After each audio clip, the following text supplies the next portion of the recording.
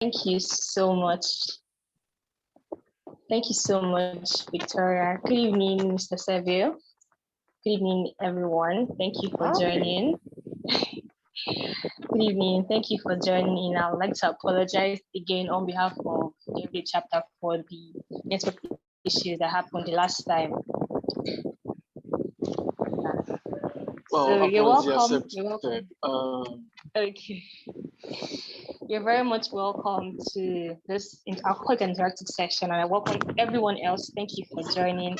I hope to have a great time with everyone here and have an amazing conversation concerning copyright and book. So we're supposed to have the conversation to mark the World Book and Copyright Day on the 23rd of April. But I said before, there were some technical issues. And before I start, I would like to ask Mr. Servio a question. How does it feel to be you right now? How does it feel to be me? Yes, sir. Well, that question is funny because you make it sound as if I've ever been something or someone else. I haven't had the choice of being something else. You know, ever since I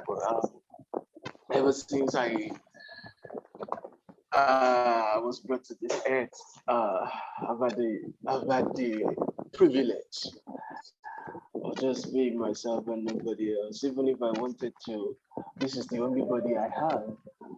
I can switch it. Has that technology been invented yet?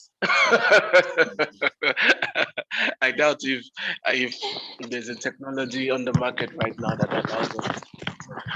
But yes, it's a good day. It's a good time.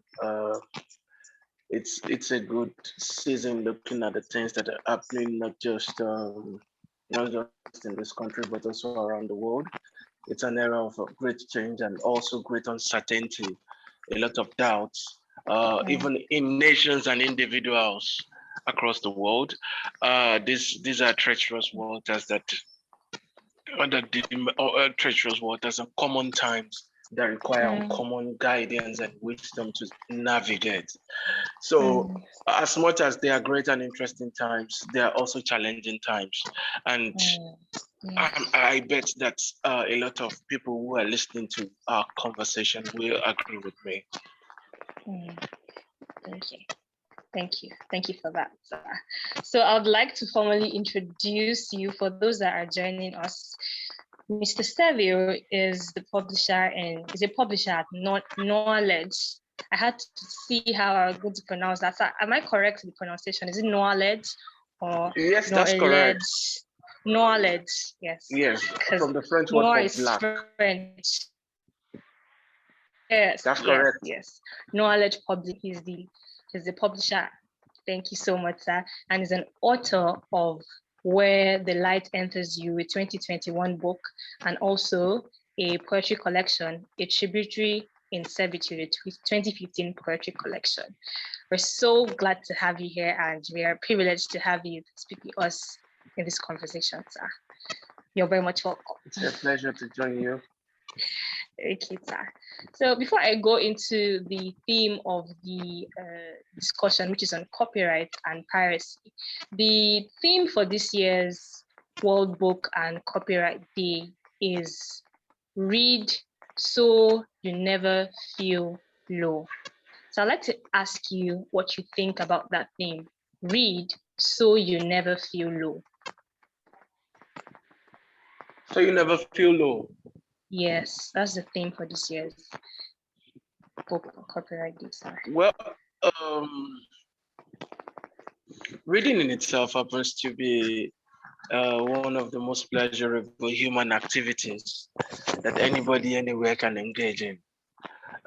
It's sort of, okay, so because we live in Ibadan, for example, let me use the Cocoa House at Dubai as an to illustrate this.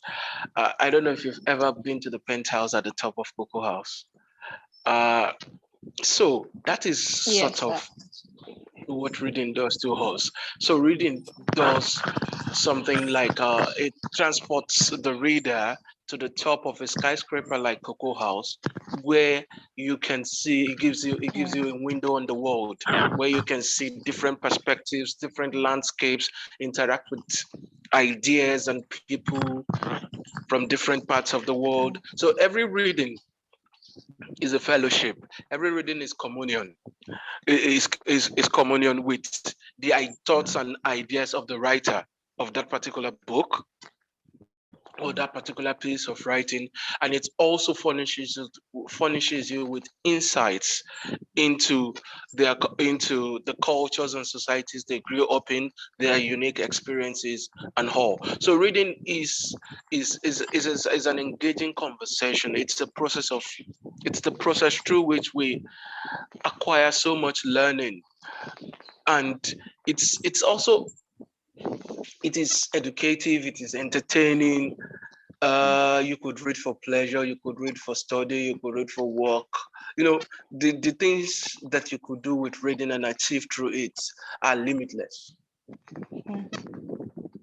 And we also read, like, or I think it was Oscar Wilde that said this, that we read to feel that we are not alone. Because reading gives you company. I don't know if you've ever read a book, and then say for example a work of fiction, and then you sort of have a striking connection with some of the characters in that book. Every time. So to the extent that sometimes those fictional characters, you want to translate them sometimes into real life. For example, somebody does something that somebody near you around you does something that reminds you of what a particular character you had read about did. As that sort of, and you know, that's the nature of that character sort of resonates with you further that way. I don't know if you've had that kind of experience.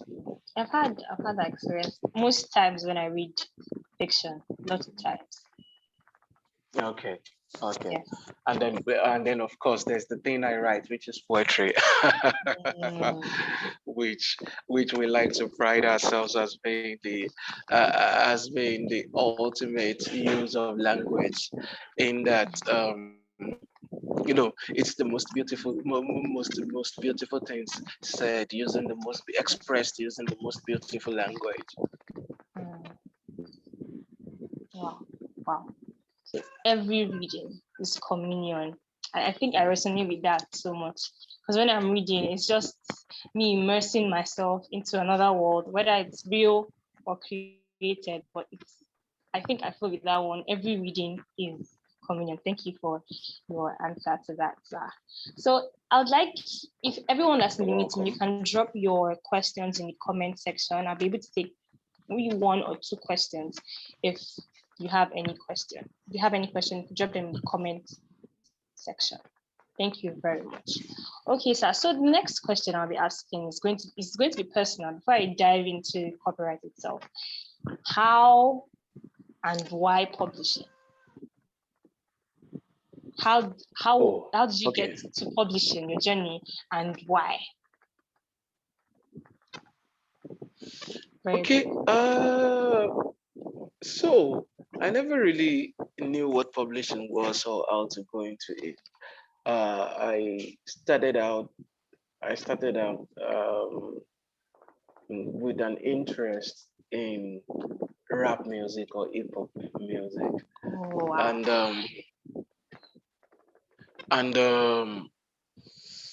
after a while, I did that for a while, and that's sort of at the point I began to feel that I could do more than all those verses of rap verses that I was coming up with, 24 bars, 16 bars, and all. And I sort of went back to my secondary school literature notebook. I looked up some of the texts that we had read back in time. So I was in the Olabisi Onabanjo University then. I was an undergraduate then. So one of my trips back home, I packed most of those literary texts we had read in secondary school. I took them all with me, and I started going over them once again. Well, maybe out of boredom, maybe out of loneliness, but again, as an undergraduate, the initial experience I had going into school was that of shock and disconnect, because I didn't know what to expect from a tertiary institution anyway. And I just got there and I couldn't connect with most people there. So I would spend most of my time either alone at home trying to read or in the library. The library became like a second home. And there were even some classes I would skip just to sit in the library. And I was reading anything and everything. I wasn't reading a long subject lines or anything. Whatever catches my fancy, whether it's a magazine, whether it's a newspaper, whatever it is, as long as it is a piece that I could engage in, I could relate with, I'll pick it up, I will read it. And all of that sort of as a way of after a while, you begin to feel there's a natural nudging you sense after a while that you want to begin to express some of these thoughts that you have. And so I began to first imitate some of those great poems that I read. And, I would write them, I would long for an audience, I would seek to share with some people. And then you share it, and then people clap for you and say, oh, yeah, you have yeah, it's good, it's beautiful. But that was not the kind of engagement I was seeking, because I wanted people who understood the thoughts and ideas I had for those pieces. And I didn't want people who would just clap for me and tell me, oh, you are doing well. And, after a while, we set up a group in school where we began to teach each other how to write, how to write better, how to perform the lines that you've written and all. So all of that, a few years down the line, led to the idea of a couple of us. There were about three of us in that small writers club that we had on campus, who had completed full-length manuscripts. This was around 2006, 2007, and we had completed full-length manuscripts, and then we decided to go around publishing houses, because this is like our first child. Each manuscript then was like our first child. We had so much hopes and aspirations. In fact, we wouldn't listen to anybody who told us that the world wasn't waiting to read our manuscripts. So we're going around. I came to Ibadan, went to all the big publishing houses, discussed with them, and people just they look my mouth like, so what did you decide to talk? What did this one they talk? What did they write? I told them, oh, okay, it's a poetry collection, and I believe it's one of the best that the country would read and all. And they were just looking at me like, in terms of Naira and Kobo, nobody publishes poetry, nobody reads poetry. So my brother, go back home and write a work of fiction. You might stand a chance, or go and write a textbook. And then come back and have a conversation with us. Some of my other friends in the Writers Club went to Lagos. When we all eventually returned to school, it was the same sad story here and there. So at that point, I sort of made up my mind to find out what it takes to run a publishing house, and to see how I can learn the ropes, and also not just fulfill my own dreams of having my writings read, but to help so many other people out there who would need such a service. So to help them fulfill their dreams. But of course, even after I had made that decision, learning and going into the business itself took me didn't happen until another 4 or 5 years down the line. But that was the moment in which I made up my mind that, okay, I think that I should find out what it takes to be a publisher and see if it is something I can do by myself. And of course, I've had the good fortune of working with good people across board since I started. Thank you, sir, for sharing that story with us, because I was quite curious on how it became. Okay, so I'll just dive into the main topic that we have today, which is on copyright and piracy. So before I ask you what you think on copyright, I want to just share my first experience with copyright. I'll just read you from a book that every book that I had as a secondary school student. So what's written here? All rights reserved.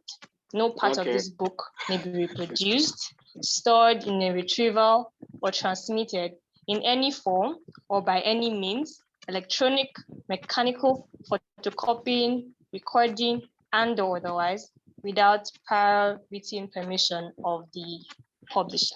So that was my first contact with copyright, because when I was much younger, like, what are they writing here? What does this mean? So somebody cannot take this, somebody cannot just take something like this. So that's just my first experience. So, but I would like to ask you, as a publisher and an author, what is copyright?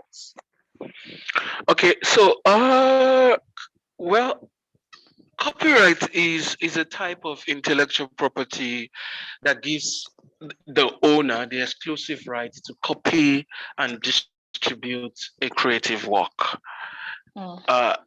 Now, that creative work could be literary, it could be artistic, it could be educational, it could be musical. Now, so the entire concept of copyright was created to preserve originality, to encourage creativity, preserve so that people, right, creatives across the world come up with original ideas, and to also ensure that those original ideas that they come up with are safeguarded, that they are not stolen from them, that they could profit and do business with those works that they create. That is essentially how it works. I'm trying to simplify the concept for our understanding. So it's a concept of protecting the intellectual property of creatives across the world. It could be literary, it could be musical, it could be educational, and all sorts. Closely related to copyright is also the patent system, which seeks to also protect inventions, innovations, designs, and all the creations of the human mind across the world. Okay, thank you, sir, for that. Intellectual property. Intellectual property is something that Nigerian culture, we are not so used to it. They just see it, maybe he just wrote a book. It's not just a song. So it's not just a song. Maybe me too, I can't sing. So they do not see the value of intellectual property. But I think efforts are being made, especially as a law student, I see efforts being made to actually make people know that this thing is not just writing, not just singing a song. It's not just singing a song. So in relation to that, still on copyright. Copyright, not copywriting. I mean, who is a pirate? Because I'm bringing piracy into it now. So who is a pirate in relation to pirates? So who is a pirate? Okay, so what a pirate? Let me explain what a pirate is by what a pirate does. For example, so if somebody say I have written a book now, and you feel that there is a need or use for this book on the market, and so what you then decide to do is, rather than provide an avenue for me to distribute that book and earn from it legitimately, you decide to, without having the rights to the book, circulate the book, distribute the book, whether for profit or for free.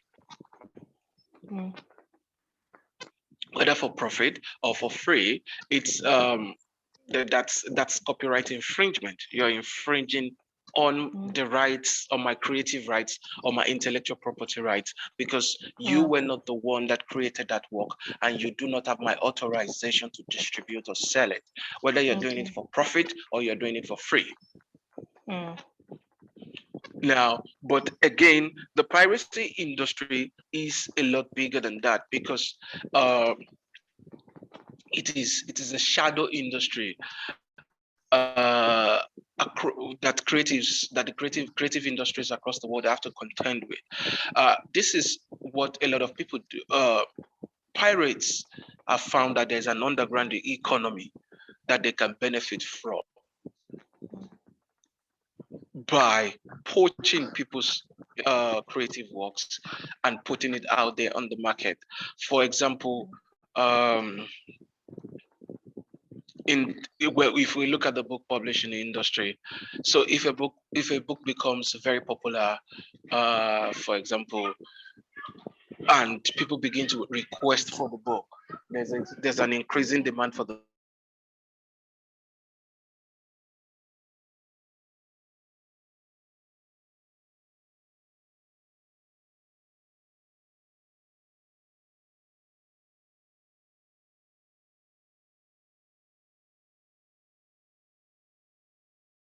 did not set up the publishing house. They were not the creators of the work, so they are not liable to pay royalties.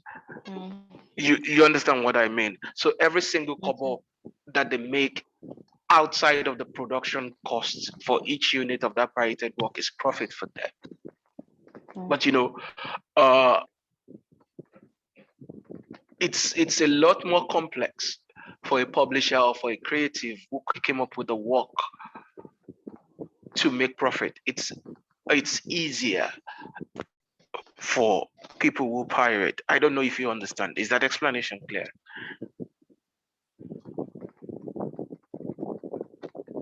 Hello? Hello? I said, do you understand that? Is my explanation clear? It's clear to me, but I don't know if other people, is it clear to us all? It's clear to me. I'm getting the concepts. I don't know if everyone else is getting it. I just check I'll check and see if, do we understand that? Please just say yes or no in the comment section so that we know how we can go in from there. But I do understand that. Okay. Lillian says yes. Okay.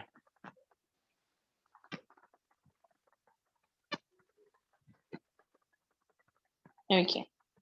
Enoch says yes too. So okay. Get it.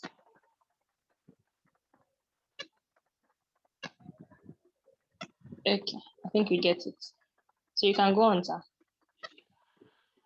Okay, so one of the main reasons that give that encourage piracy is the absence of distribution infrastructure. In a country in a country like ours, everybody who has a publishing outfit really know. But even outside of publishing, the biggest challenge to doing business in this country as we know it so far is actually logistics. From the task of getting of manufacturing to the point where your consumers are largely, and this is a fairly big country, and to think that we have not made so much investment in this aspect of our economy for so long, for over 3 decades. So it's challenging.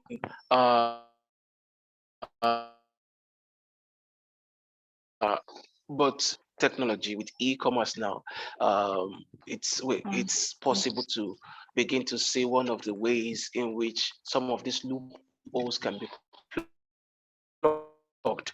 But of course, the technology itself also brings in a new set of challenges that we all also have to contend with. So before, if a book is pirated, for example, it can be sold freely on the streets. It can be sold in bookshops. So, for example, like I and my friends make, and a few of my friends make this joke a lot of times, that most of the Christian literature that is read and sold freely in this country is actually pirated. And that's because those are the books you see at bus stops, you see them in bookstores. They are being sold for an average of 500, 1,000, 1,500. I don't know if you've taken a closer look at some of those books, but a lot of them are actually foreign books printed and printed abroad in different countries, authored by non-Nigerian authors. And if you think about the economics of it, there is no way that those books would make their way into this country and be sold for pittance like that if the original publishers and creators of those works were the ones responsible for their distribution and sale in Nigeria. So what happens is people see, oh, there's a popular author, there's a popular book who is not Nigerian, for example, and people go buy that man book now, people go buy that woman book now. So they do is get a copy of the international market and then forward it to their printers, who oftentimes are also not based in this country, you get, and then mass produce that book and ship it into the Nigerian market. And that way they can afford to sell it for just a fraction of the original price. That is very the original publishers. Very damaging to them. It is actually. Again, if you look at when Alaba used to be the headquarters of the Nigerian music industry, the distribution section of the Nigerian music, the distribution sector of Nigerian music. Those were the days when like there's a popular song by Two Shots, but not even just Two Shots. Musicians of that era, when they finish recording their songs, they have to take the master recording to a music distributor in Alaba and then beg that the guy that whoever heads that particular music distribution company buy the master tape for them for whatever amount, because they know that if they don't hand over the master and give them the rights to circulate the music, they are going to get it off the market anyway and still distribute it, mass dub it and sell CDs and DVDs and all. So they just be like, I know so na go Tifam before, but at least before na Tifam, na the original be this. Anything when I feel give me make I take old belle. But of course, if you look at that same industry now, it's technology, as the incursion of technology has helped to sort of safeguard the rights of the original creators. In that these people are not looking at any point in time, they are not looking at stealing your songs. So it is your song, for example, and everybody will still know that you are the singer or the songwriter. But they will just ensure, they will just put a system in place that ensures that you don't profit by it. But now with technology, you have music streaming platforms, right? So you have the Spotify, you have the Deezer, you have the Audiomack, and all the music streaming platforms that sort of help in mitigating this, not in eliminating, but in mitigating the effects of this on the music industry. The same thing also goes for the book publishing industry, or if you extend that to the film industry. Wow. I like that you mentioned that there's a piracy industry, to show how deep it is. It's not just something that it occurs very deeply in the music sector and book publishing sector. It's an industry, and people profit even more than the publishers. That's actually it is actually really massive because they just don't have deep pockets. They also have the right connections in law enforcement and sometimes maybe in government. So every time you find that so for example, there was a point in time when the Nigerian Copyright Commission would go out, they would go and raid bookstores, they would raid books in the open markets, and they would say they will arrest some people, they will parade them on TV and all. We'll see videos and news stories about 10,000 books, 100,000 books being confiscated, and that these books are going to be burnt. Yes, it's always funny to me because I look at that and then I say that you people are for that they seem to be focusing on the low hanging fruits. because actually the guys, most of the guys who sell these books in traffic and in their bookstores, some of them might not even know. I'm not making an excuse for them now, but some of them might not even know that those books were pirated. A lot of these people are just traders, people who are involved in the art of buying and selling. So if you then begin to arrest them and make them bear the brunt for sins that they did not commit, I acknowledge that they're a part of the problem, right?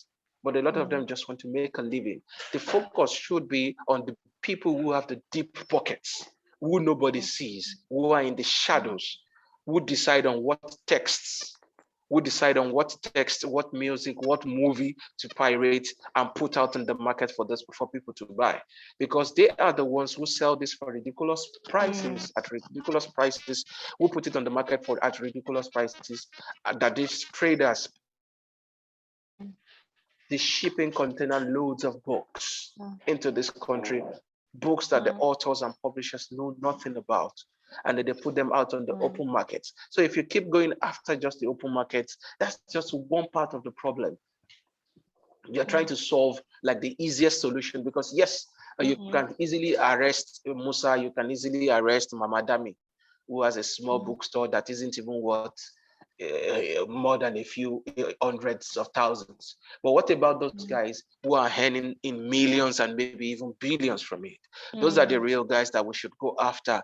And also the entry points for most of those pirated books into this country, they are not shipped in through the land borders. A lot of them are actually shipped in through our ports, the same ports in Lagos and elsewhere, through which the main goods that are sold in this country come in.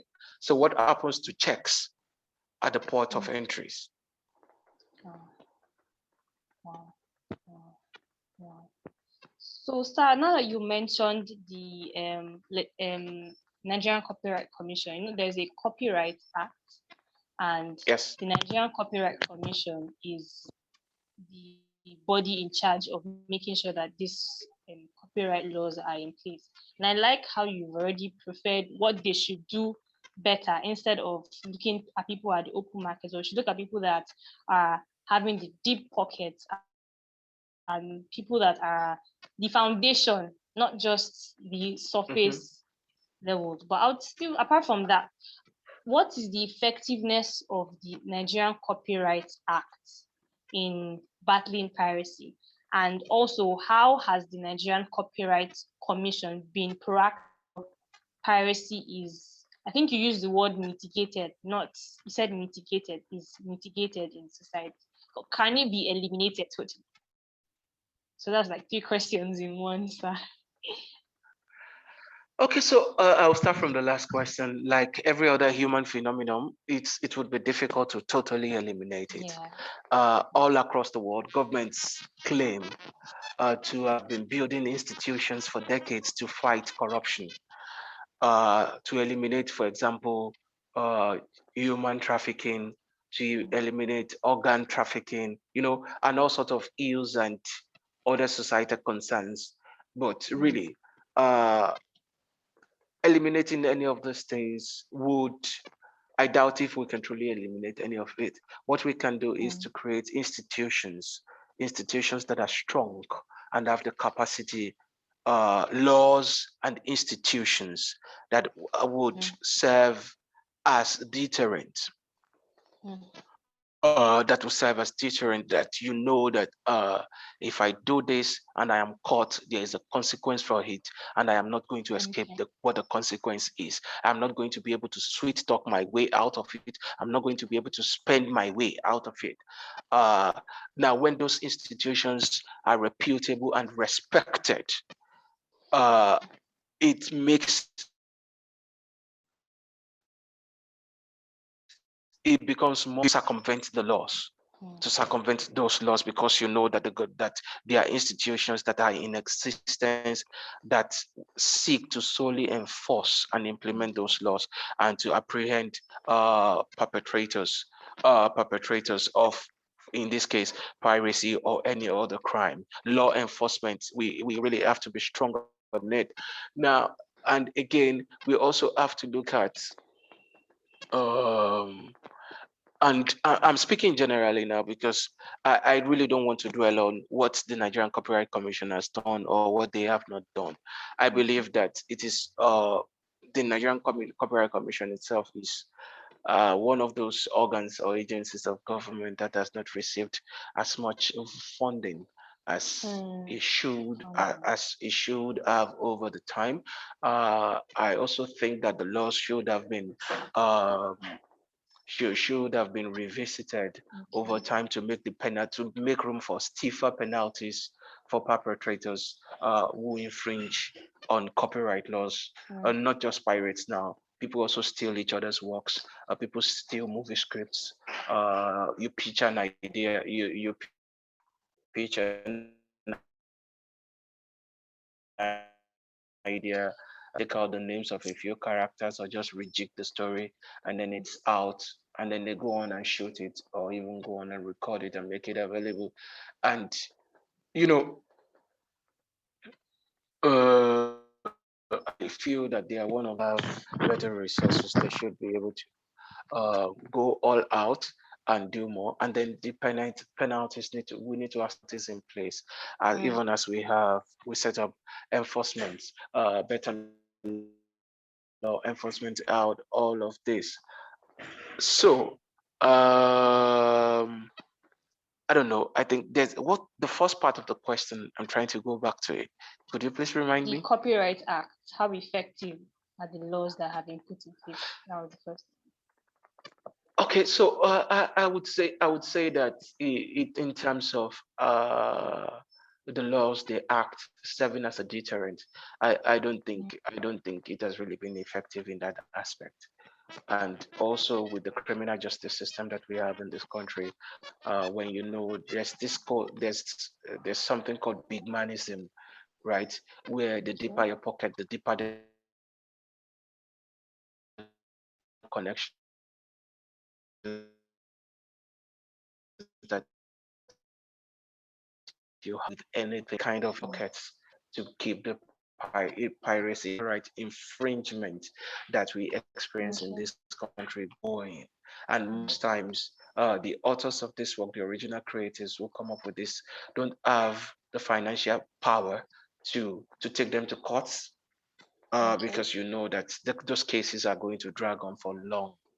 And if you don't have the finances to be able to sustain the legal team that would help you fight your case, or even sometimes it could lead to threats and assassinations, and or maybe threats, intimidation, harassment, or maybe even loss of life. Noted. I've taken some things down. People like us that in the legal industry, we know where we're going to touch.